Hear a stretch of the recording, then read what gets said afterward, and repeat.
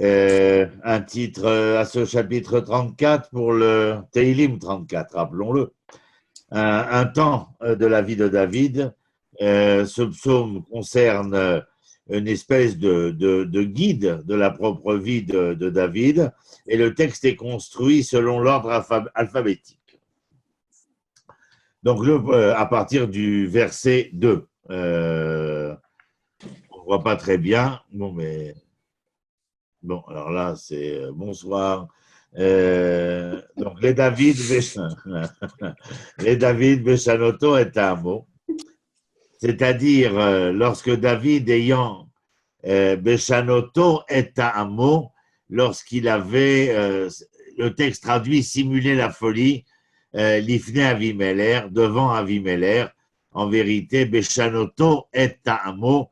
Il avait bouleversé sa manière d'être, en quelque sorte. Devant Avimelech, Avimelech était roi de Philistie, et David avait combattu les Philistins auparavant, et donc il y a des traits qui s'inscrivent là. Mais oui. C'est quelqu'un qui a dû actionner le crayon et qui ne fait pas attention, qu'il appuie sur la touche. C'est de mieux en mieux.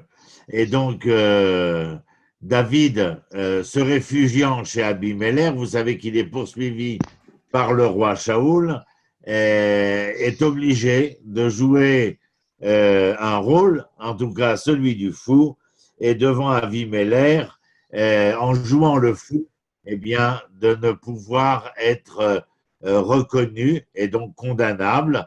Et de cette manière-là, les Philistins, ne supportant pas ce genre de personnage, eh bien, vont le renvoyer à ses pénates, en tout cas dans le désert. Donc, les David Beshanoto est un mot.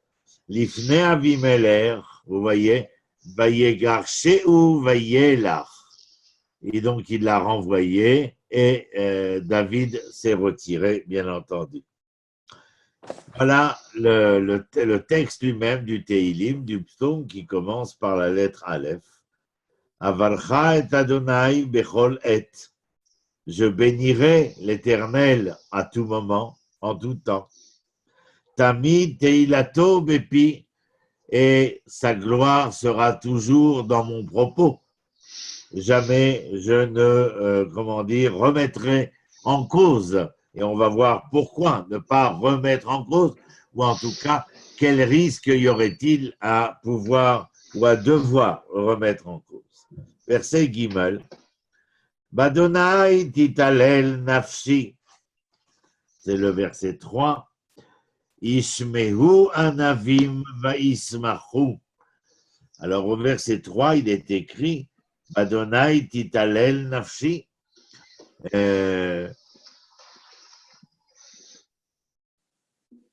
L'Éternel dont nous parlions précédemment, celui que je ne contrarierai pas, eh bien, je le loue.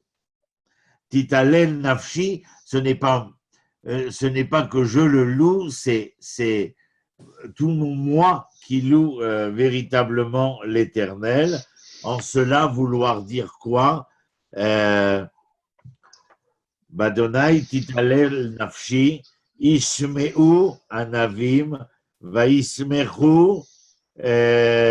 Il est question ici que, d'une certaine manière, voyons ce qui a été traduit là, j'en suis au verset 3. Mon âme trouve sa gloire. Ah voilà, il a mis en noir, Yohan. Ah non, c'est Pascal peut-être. Mon âme trouve sa gloire en l'Éternel, que les humbles l'entendent et se réjouissent.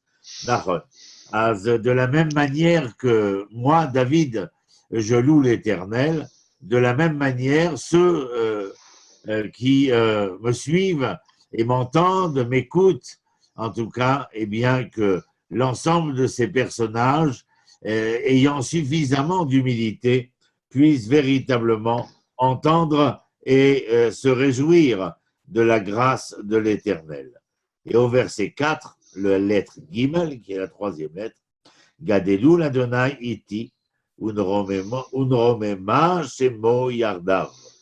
C'est-à-dire que nous devons, la traduction ici, c'est exalter, oui, louer avec plus de grandeur l'Éternel, le faire avec David, ou Neromema Shemo Yardav, et nous allons donc ensemble élever le nom de l'Éternel. On se rappelle, on l'a déjà dit, le nom pour l'homme est l'essence de l'être, mais le nom de l'Éternel est bien entendu,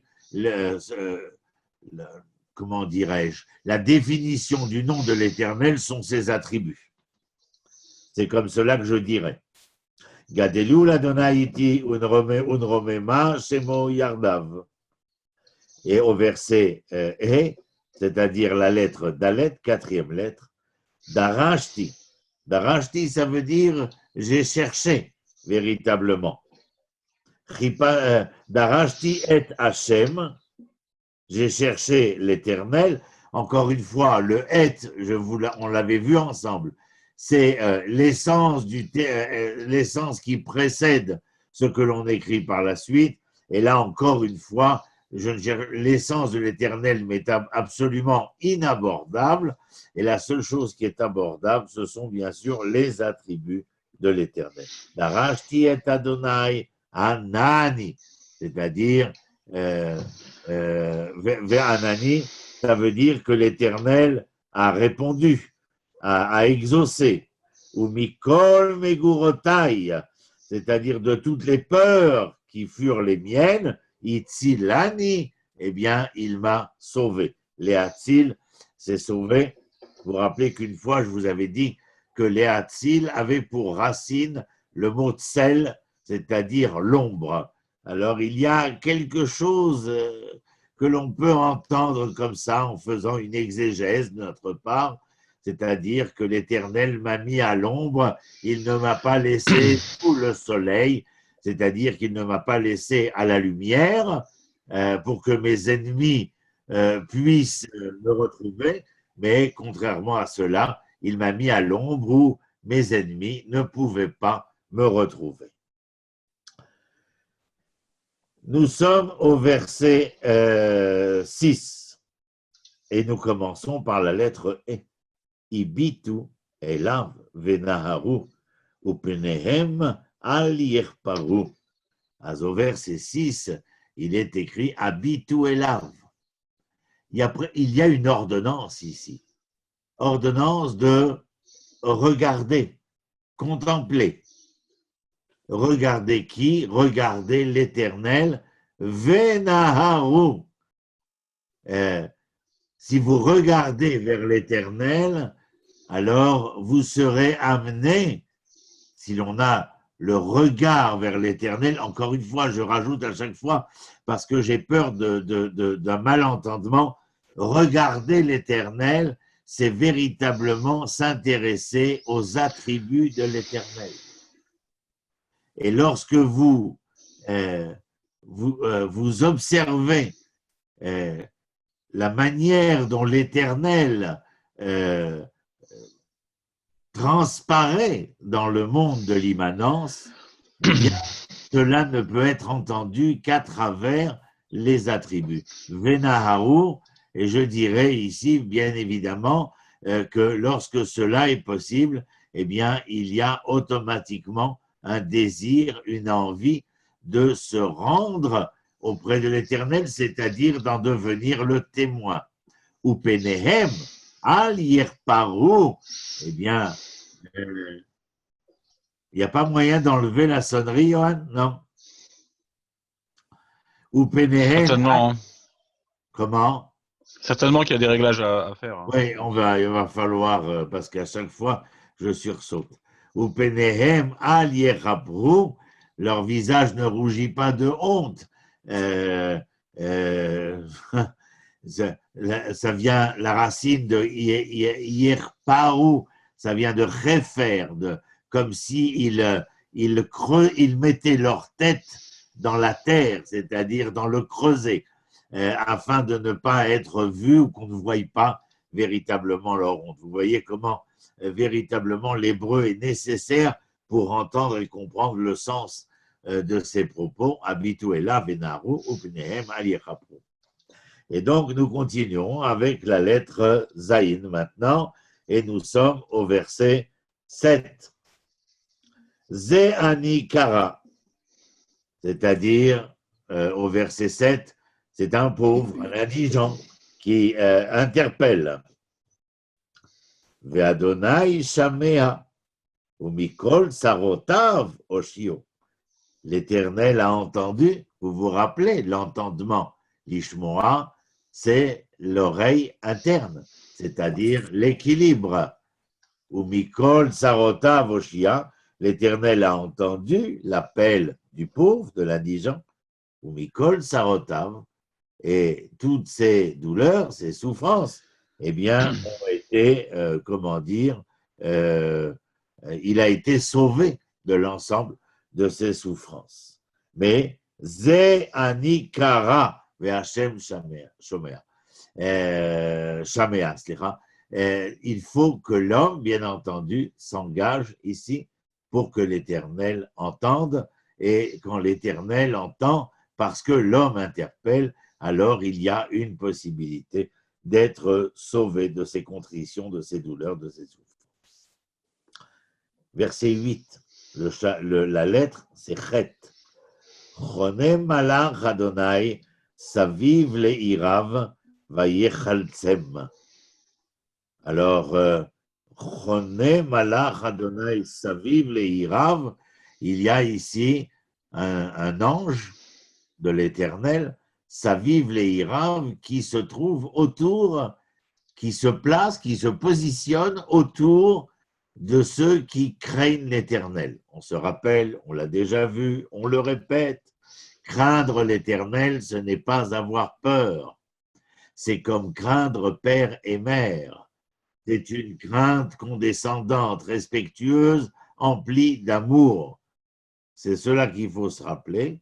Et donc, Chonem malach Adonai saviv le'irav, vayechaltsem, et cet ange qui se positionne auprès de ceux qui, par amour et respect, craignent l'Éternel, eh bien, que font-ils? Ils leur permettent d'échapper au danger. Ils sont donc une espèce de planche de salut, ces anges-là. Et nous étions au verset 8, la lettre 8. Verset 9, lettre tête, la 9e lettre, Tahamureu kitov Adonai. Alors ici, bien entendu, il nous dit Tahamu. Litom, ça veut dire goûter, voir. Kitov Adonai, que l'Éternel est bon. Encore une fois, c'est comme je l'ai dit précédemment. Goûter et voir ici, on ne peut ni voir l'Éternel, ni surtout goûter à l'Éternel. Ce n'est pas un 3 étoiles de chez Michelin. On ne peut ni goûter ni voir. Donc, qu'est-ce que l'on peut goûter? Qu'est-ce que l'on peut voir? Ce que j'ai déjà dit et répété depuis le début, les attributs de l'Éternel. Kitov Adonai, car l'Éternel est bon, nous dirions plus, bien, bon, beau, vrai. Enfin, ces qualificatifs qui font que les attributs relèvent d'une volonté morale du divin. Ashrei hagever yechese bo. Et alors donc, si l'Éternel est tout ce que nous disons, eh bien, bienheureux l'homme qui aspire à vouloir être sous son aisselle, en quelque sorte protégé par lui. Verset 10, la lettre Yud. Iru et Adonai kedoshav, ki ein marsor le'irav. Iru et Adonai kedoshav. Encore une fois, Aïra ici, c'est la crainte par amour. Alors il y a une ordonnance. Craignez l'Éternel par amour, je traduirai. L'Éternel Adonai, omniprésent dans l'histoire de l'humanité. Qui doit craindre l'Éternel avec amour? Kedoshav, ceux qui sont ses saints. Ah oui, mais ça ne veut pas dire grand-chose, être les saints de l'Éternel.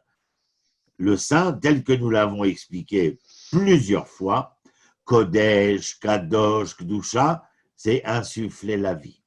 À ceux qui ont accepté d'agir comme l'Éternel créateur agit précédemment, c'est-à-dire insuffler la vie. Insuffler la vie, ça veut dire sanctifier la vie. Sanctifier la vie veut dire consacrer la vie. Qu'est-ce qu'il y a de plus sacré, puisque c'est la même racine? Eh bien, ce pourquoi nous sommes prêts à nous sacrifier.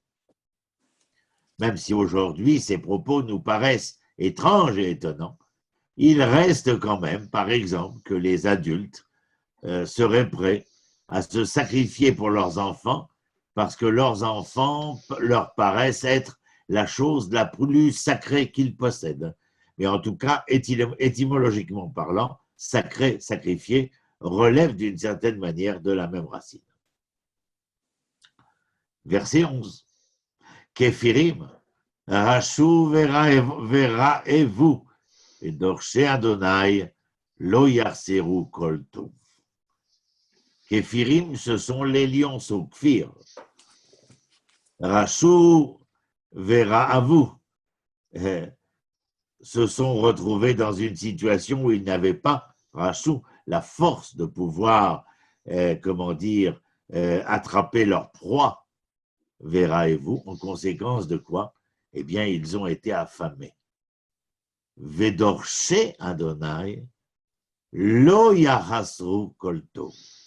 Mais ceux qui exigent, qui cherchent, qui sont en quête de l'Éternel, eh bien, ceux-là ne manqueront de rien.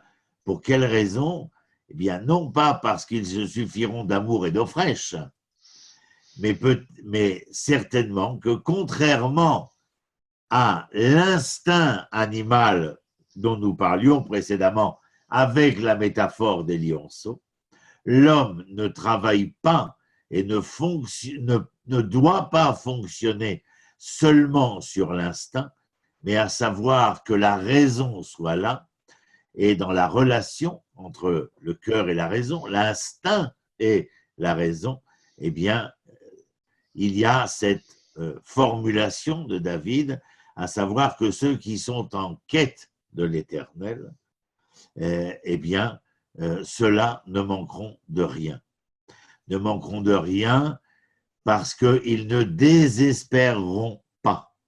Ils seront, d'une certaine manière, confiants, fidèles à leur parole, qui est vérité à leurs yeux, et donc confiants dans le devenir. Mais à partir du moment où le lionceau n'a pas eu les moyens physiques de pouvoir agir, il est, resté figé et affamé. Voilà. Verset 12. Les Chumbanim, Shimoli, Irat Adonai, Alamadchem. Les Chumbanim, ça veut dire mettez-vous en marche. Banim, ce sont les enfants de l'Éternel.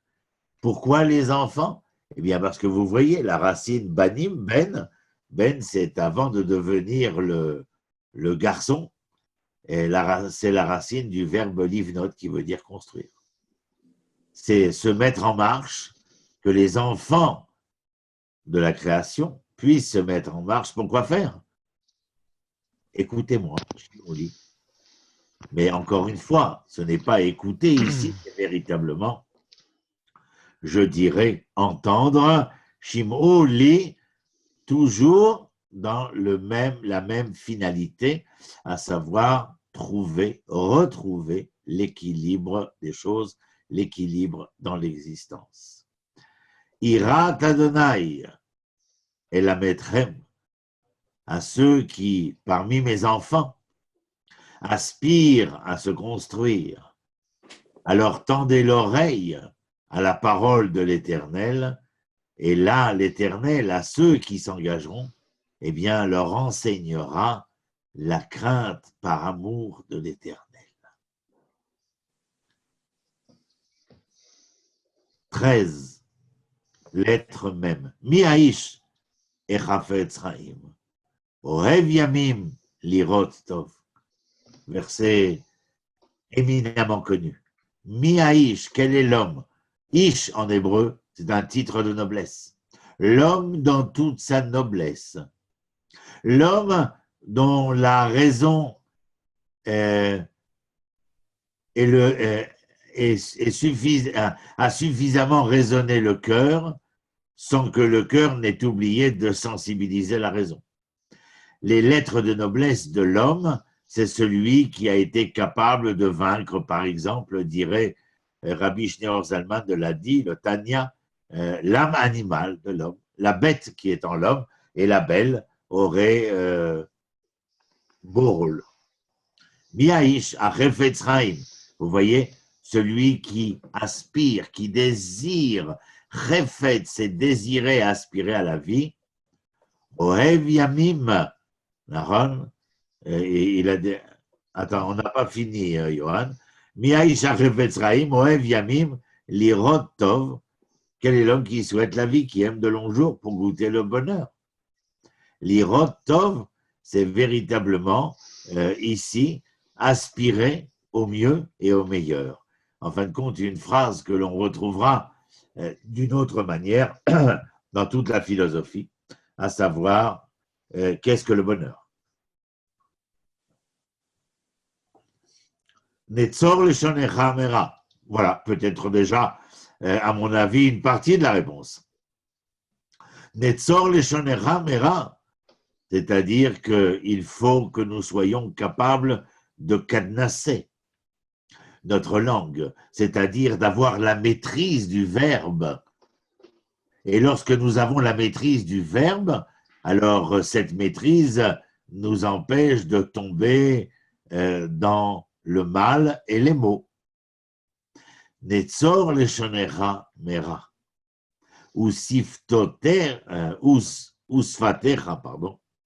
Et tes lèvres, la langue d'un côté, les lèvres, c'est-à-dire une grande partie de l'organe de la parole, midaber mirma, c'est-à-dire de prononcer des paroles outrageantes, pernicieuses, perfides, oui, absolument. Donc vous voyez, mi'aïsh ha'chefetzraïm ohev yamim lirot tov, quel est cet homme qui aspire au bonheur? Comment trouver le bonheur? Ben déjà, apprendre à maîtriser sa langue, son verbe, de ne pas être pernicieux, perfide. Et au verset 15, ça continue. Sourd, mera, ve'asetov.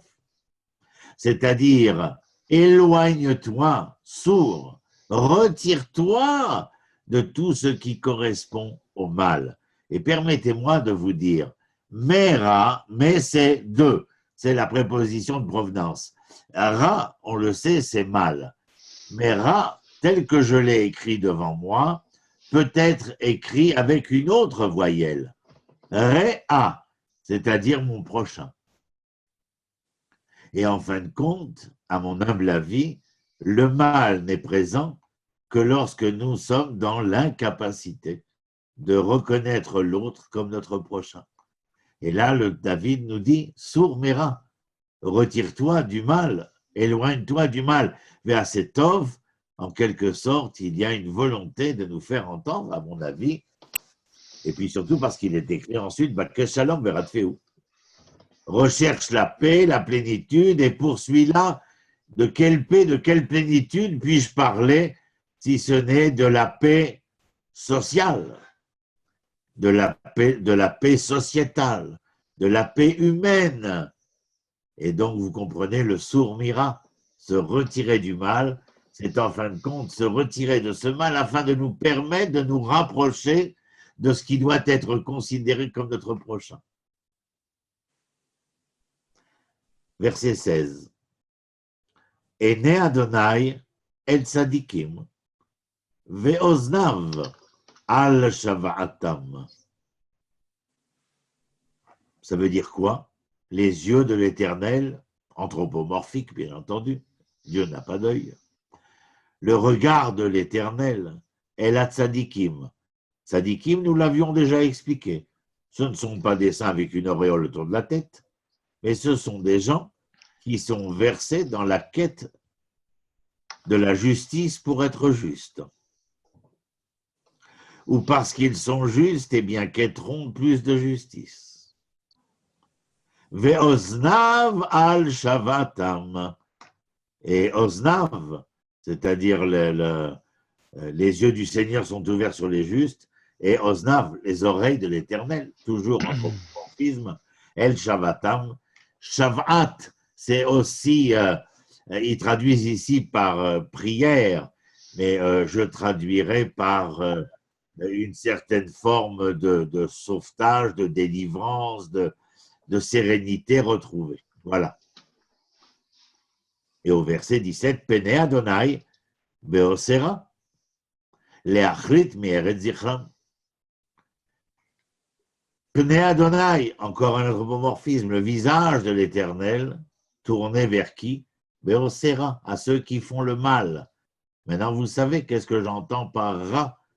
C'est là où manque le réa. Yesh, et il y a le ra. Là où le prochain n'est plus, le mal est. On peut en faire un traité de philosophie. Et donc, Pnei Adonai Beosera, Leachrit Mieret Zichram, Leachrit, c'est-à-dire de retirer, on pourrait même aller jusqu'à déraciner Mieret Zichram, déraciner leurs souvenirs de la terre, c'est-à-dire faire en sorte que ces individus, que leurs souvenirs disparaissent même. Qu'il n'y ait aucun souvenir de ces individus-là. La colère de l'Éternel s'en profondeur pour expier dans leurs souvenirs. Oui, c'est ce que nous avons dit, plus ou moins, et la traduction est acceptable. Yutret, 18. Tsaku, Vadonai Shamea. Mikol Tsarotav, Itzilam. Tsaku, c'est la prière, Tsaku. Le cri dans l'hébreu moderne. Mais le cri, c'est comment implorer. Adonai Shamea, et l'Éternel entend, toujours l'équilibre retrouvé. Ou Mikol Sarotam, Itzilam, de tous leurs tourments, Itzilam, ça veut dire il les sauve, il les délivre. Yutet 19, Karov Adonai le Nishberelev, Vedakeruach Yoshia. L'Éternel est proche de qui? Karov. C'est l'Éternel est proche. Karov, c'est proche. Et proche de qui? Les Nishberelev, à ceux qui ont le cœur brisé. Qu'est-ce qu'on entend par le cœur brisé? Eh bien, ceux qui ont été malmenés par l'existence. Mais Dakerouar, ceux qui sont tristes, désespérés, amers. Alors l'Éternel, Yoshia, il viendra pour les sauver, les délivrer de la contrition qui est la leur. Et au verset 20, lettre Resh, Rabot, Raot Sadik, Umikulam Yatzilenu Adonai. Rabot, Raot Sadik. Raot, ce sont les mots, M-A-U-X. Le juste n'est pas épargné par les mots de l'histoire. Et les mots restent nombreux, même pour le juste. Et nos sages disent En tzadik ba'olam ya'asetov velo yichate, que le juste ne peut être juste sans avoir fauté précédemment. Rabot rahot tzadik, ou mikulam yatzilenu Adonai. Mais l'Éternel peut le sauver de l'ensemble de ces maux, parce qu'il y a de la part du juste cette quête de justice, cette quête de vouloir redorer le blason de l'humanité, lui redonner son harmonie première. Verset 21, Shomer kol atzmotav ahat me'ena lo nishbara. Shomer kol atzmotav, l'Éternel le protège, de part et d'autre, je dirais, en tout ce qu'il est, physiquement. Shomer kol atzmotav, achad mehena lo nishbara, echad mehena, un de ses membres, un de ses organes, lo nishbara, n'a pas été brisé. Tout cela au verset 21 pour nous faire entendre que celui qui est à la poursuite, en quête de cette dimension d'harmonie, de justice dans le monde, eh bien, ne peut pas être brisé. Ne peut pas être brisé. Et à mon avis, je rajouterais, même s'il est écrit ici, Shomer kol atzmotav, vous voyez, atzamot en hébreu, vous voyez le terme etzem. Etzem, c'est un os, mais etzem, c'est l'essence aussi, l'essence de l'être. Atzmaout, l'indépendance, atzmiout, la personnalité, tout ça relève de cette essence-là. Alors, je ne sais pas pourquoi, mais je pense à cet instant à un propos comme ceux de Jean Moulin quand il dira, j'ai oublié son nom, mais c'est très bien que je ne veux pas me rappeler le nom de ce nazi arrêté et ramené en France. Il lui dira, vous pouvez briser mon corps, mais jamais vous pourrez briser nos corps, mais jamais notre esprit, l'essence de l'être que nous sommes, ce à quoi nous croyons, etc., etc. Et je crois qu'il y a là, oui, en rapport avec le juste et la justice. Alors, oui, l'Éternel accompagne cela. Et cela, contrairement aux autres qui sont déracinés, dont le souvenir ne doit pas être rappelé, eh bien, contrairement à cela, le souvenir de cela, oui, est rappelé. Verset 22. Temotet racha ra'a, vesonet tzadik yeheshamu. Pede Adonai, Temotet racha ra'a, vesonet tzadik yeheshamu. Racha,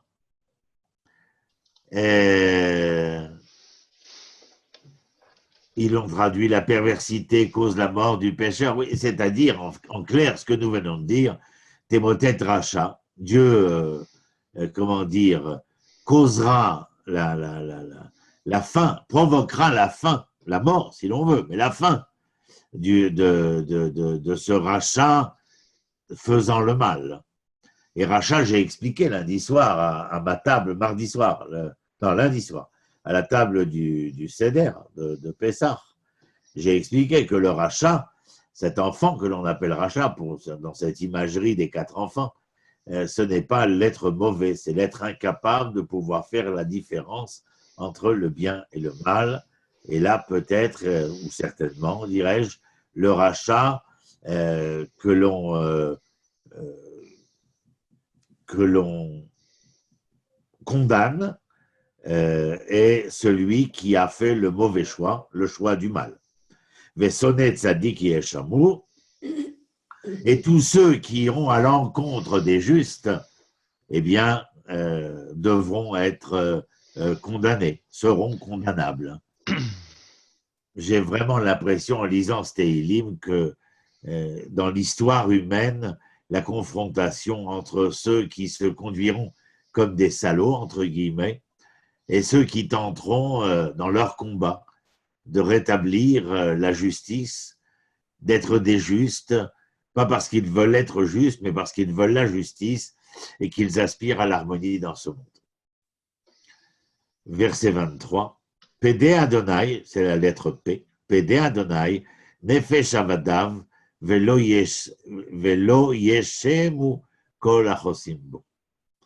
Pede Adonai, c'est que l'Éternel rachète Nefesh Avadav, la vie, l'existence de ses serviteurs, Velo Yeshemu Kol Achosim Bo, et Lo Yeshemu, nul ne disparaîtra, ne se perdra parmi ceux qui ont voulu se mettre sous son aisselle, c'est-à-dire à son ombre en quelque sorte, comme nous l'avons expliqué tout à l'heure.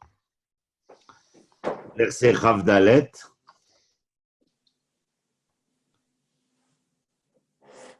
Non, c'était Rav Gimel, Slicha. Je me suis avancé avec Rav Dalet. On est donc au... non, c'est bon. On passe au chapitre 36 maintenant. Est-ce que vous avez des questions concernant le 34?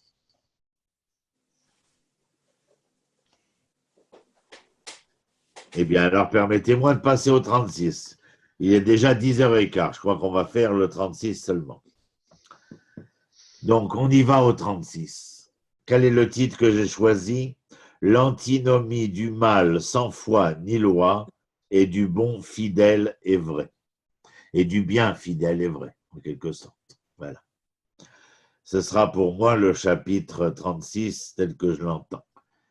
L'Amnatséar, les Éved, Adonai, les David, celui qui se tient à la tête de l'orchestre. Vous vous rappelez, l'Amnatséar, on avait déjà expliqué, je ne reviens pas là-dessus, l'Amnatséar, les Éved, Adonai, à celui qui est le serviteur de l'Éternel, c'est-à-dire un cantique en l'honneur du serviteur de l'Éternel. Et qui est-il? David. Bien entendu. Alors, qu'avons-nous au verset 2? Nehum pesha la racha, bekerev libi, ein pachad Elohim, le neged enav. Je dirais Nehum apesha. L'action, l'activisme du malfaisant, l'activisme du malfaisant. Nehum pesha la racha. L'activisme du malfaisant est un crime. Le péché ici est sympathique. Neum pesha la racha bekerev libi. Bekerev libi, c'est-à-dire que c'est le ressenti de David ici. Ce n'est pas une réalité, quand il écrit cela, ce n'est pas une réalité à laquelle il est confronté directement, mais un ressenti de la part de David. Neum pesha la racha bekerev libi. À mon âme et conscience, le propos, comment dire, le propos condamnable du mécréant, de celui qui n'a pas su choisir, c'est mon ressenti, et que pour agir de cette manière, ein parad Elohim, il n'y a nulle crainte de l'Éternel. Mais là, vous voyez, c'est pas ira, c'est parad. C'est ein parad Elohim, les neged enav. Il n'a pas froid aux yeux, en quelque sorte. Il n'a pas froid aux yeux, mais ici, ce n'est pas la crainte par amour dont il est question. Ici, David inscrit le fait d'avoir peur. Et parad Elohim, c'est la peur du Dieu créateur des lois immuables de la création. C'est donc véritablement que cet homme est à même de vouloir remettre en cause le créateur lui-même. Raison pour laquelle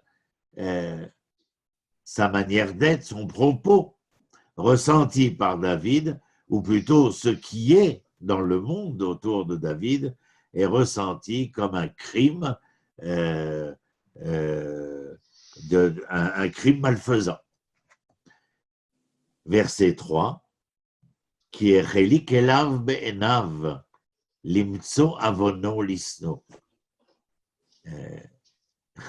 Et Chelik elav be'enav, oui, c'est comment je traduirais ça? Moi, je traduirais en faisant cligner les cils, en quelque sorte, en faisant le beau, d'une certaine manière. Hein? Oui, comment traduit-il ici? Il lui adresse des regards séducteurs.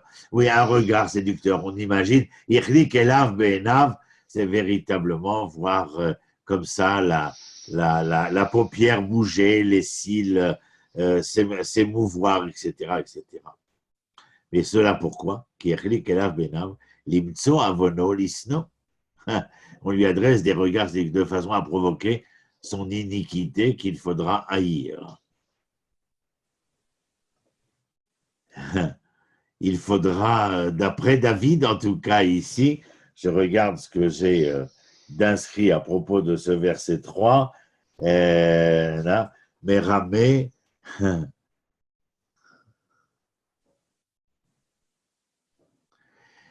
Ken, Irlik Be'enav Imso Avono Lisno, la traduction, elle est un peu difficile telle que vous l'avez écrite là-bas. En fin de compte, c'est pareil, c'est ce malfaisant dont l'agissement ici est à même de vouloir essayer de trouver grâce vis-à-vis de ceux qu'il voudrait pourfendre, c'est-à-dire tromper. C'est ce que j'entends plus que cette traduction-là. C'est ce que j'ai aussi, en tout cas, comme explication dans mes commentaires.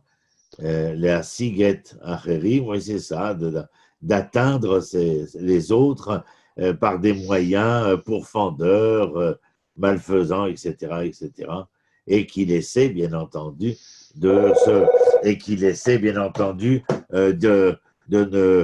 se cacher devant l'Éternel. Verset 4. Divrei piv aven ou mirma, chadal leaskil letiv. Alors, divrei piv, c'est pareil, David continue. Je vous rappelle le titre que j'avais donné, l'antinomie du mal sans foi ni loi, face au bien fidèle et vrai. Alors là, nous sommes dans la première partie, à savoir de cette antinomie du mal face au bien. Divrei piv aven ou mirma. Eh bien, aven, c'est véritablement le faux. Et ses paroles à cet homme, cette génération, cette civilisation, allez savoir, n'est que fausseté ou mirma, fourvoiement. Ils disent ici perfidie, oui, enfin c'est mensonge. Chadal, les askil, les étiv, chadal, cesser. Les askil, eh bien, de réfléchir, de pouvoir tirer des conclusions de sa manière d'être malfaisante. Pourquoi? Les étiv, afin de mieux agir. Verset Aven yachshov al mishkavo, ityatsev al derer lotov, ra lo himas. Nous sommes au verset 5, mon cher Johan, ou Pascal, je ne sais pas qui est. Au verset 5, nous en sommes. Donc, nous avons dit Aven yachshov al mishkavo. Aven, on l'a dit, c'est le faux, la fausseté, la fraude, si vous voulez, ici traduite. Eh bien, sur sa couche, il machine la fraude, c'est-à-dire qu'il est continuellement en train de préparer ce qu'il voudra perpétrer de mal. Itiatsev al derer lotov. Il se positionne sur un chemin qui n'est pas le meilleur. Ra, loimas, c'est-à-dire que vis-à-vis du mal, il n'a le mal ne le dérange point, le mal ne le contrarie point, le mal ne le contrit point. En fin de compte, le mal ne le désole point. Adonai, be'ashamayim chazdecha, emunatecha ad shechakim. Alors il dit ici, Adonai, c'est une interpellation à l'Éternel. Be'ashamayim chazdecha. À chesed de l'Éternel, chesed, c'est pas la bonté, c'est l'amour.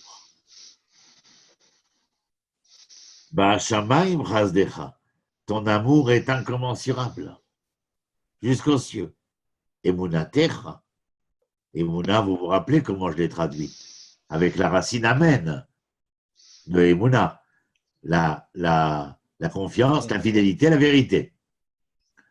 Emunatera, ta confiance, ta fidélité, ta vérité, ad shechakim. Jusqu'au firmament, pourrait-on traduire. C'est-à-dire qu'elles sont illimitées, infinies.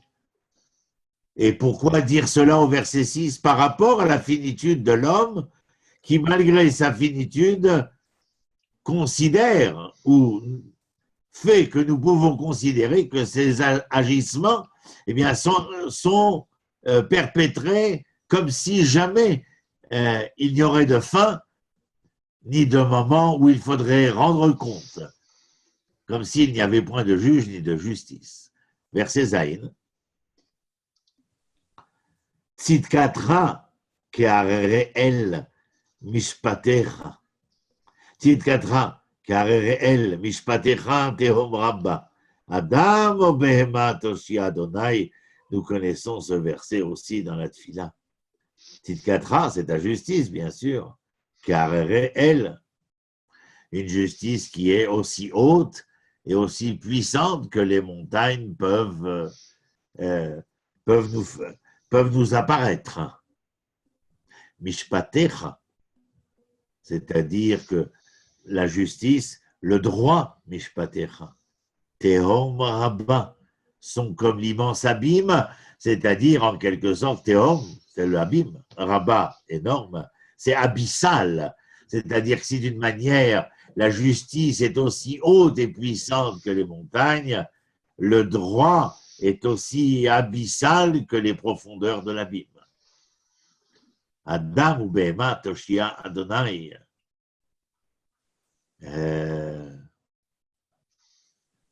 Adam ou Behema Toshia Adonai.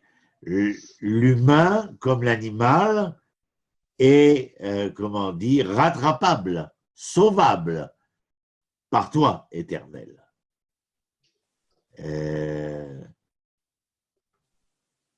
Non, je ne rajouterai pas ce que je voulais rajouter. L'homme et l'animal sont solvables, sauvables, rattrapables. Au verset Chet, Mayakar chasdecha Elohim.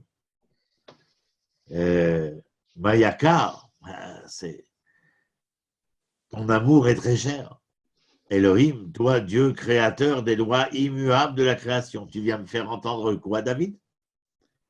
Que l'amour de l'Éternel est quelque chose d'irréversible.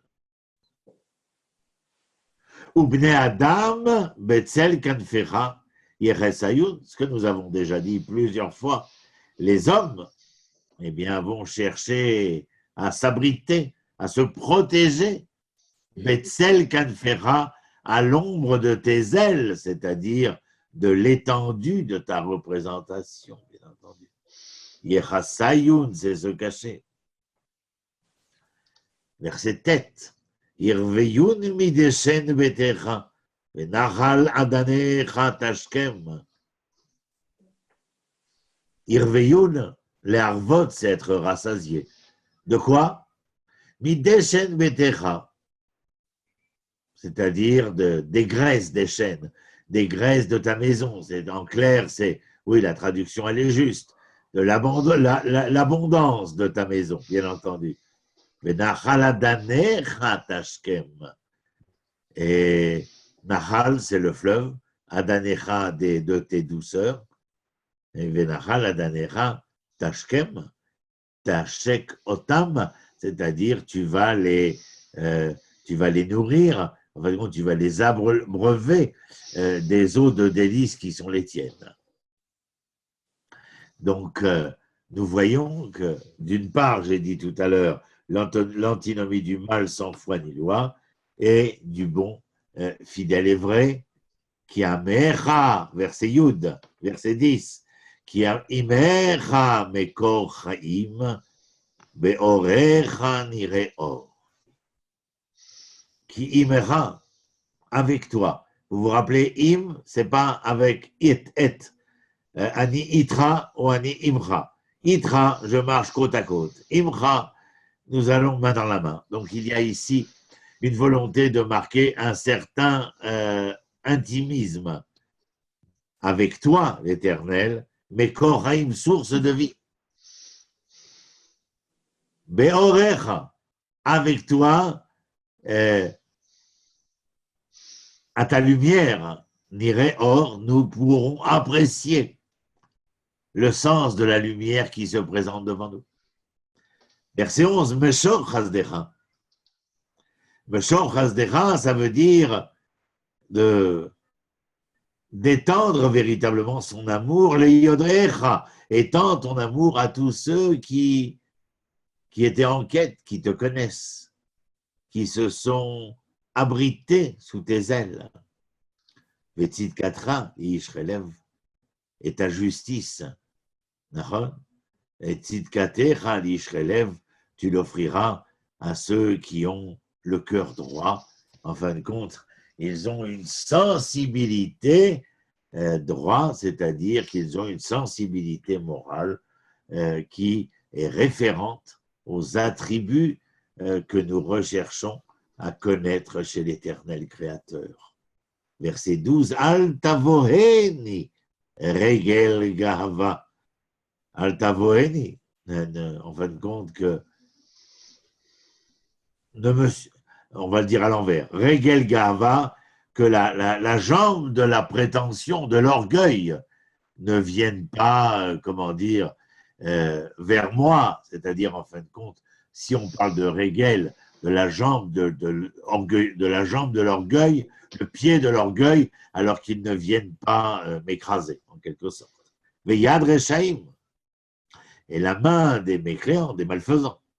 Al teni deni, les nadotes, l'indot, c'est renvoyé, c'est répudié. Alors, il dit ici que la main des malfaisants, l'action des malfaisants, eh bien, ne me mette point en fuite, mais bien au contraire, essayez de réagir à cela.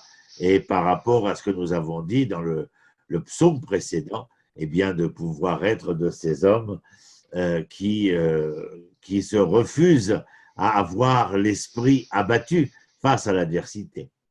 Verset 13, Sham naflou, pour aller à Aven. Pour aller à Aven, vous vous rappelez, Aven, c'est le faux. Pour aller à Aven, ceux qui utilisent le faux, les fraudeurs, les malfaiteurs, comme ils disent ici. Sham naflou.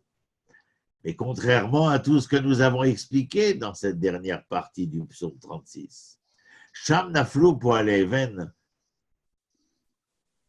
les malfaisants, ils trouveront leur finitude dans l'acte même qu'ils perpétreront à l'encontre de la justice exigée par Dieu.